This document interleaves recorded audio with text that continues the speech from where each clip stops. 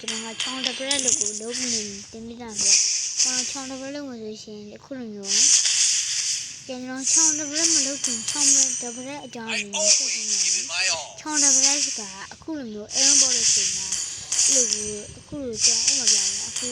အမ်ဘော်လေဗျာအခုကျွန်တော်ပြီးတော့ရအဲ့ expression ဟုတ်တယ်တူတော့နာနော်ဟုတ်ပြီ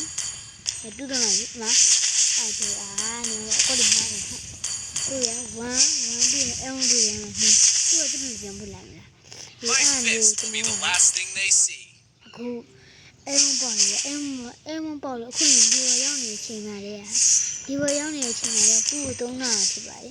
သူ့ကိုသုံးတာပြီးတော့ခုနကကွက်လို့လောင်းတယ်ဒီကွက်မျိုးနော်ကွက်မျိုးပေါ့နော်ကွက်မျိုးပေါ့နော်အဲ့လိုကွက်မျိုးဆိုတပည့်အကြောင်းလေးဟိုstep by step we are getting closer to victory အဲ့ပေါ့ရသူလေးပြောလာကြတပည့်ကဒီချင်းရတယ်မဟုတ်ဘူးဒီတော့မှချင်းအင်းတယ်လို့မရပြီးတော့ဘာမှဆက်လဲအခုဒီနေ့အင်းနေ generations don't have to မကြမ်းတော့ဘူးအဲ့တော့အကောင်လုံးမှာအဲ့လိုလို့ရှိရင်လည်းဆောင်းတယ်ဒီကြောင့်လည်းတည်ပါဆိုတော့နောက်နေ့ကျရင်ထပ်ပြီးနောက်နေ့ကျရင်ထပ်ပြီးတော့ကြောက်လို့ပြန်ကြောက်ရတယ်အဲ့တော့အားလုံး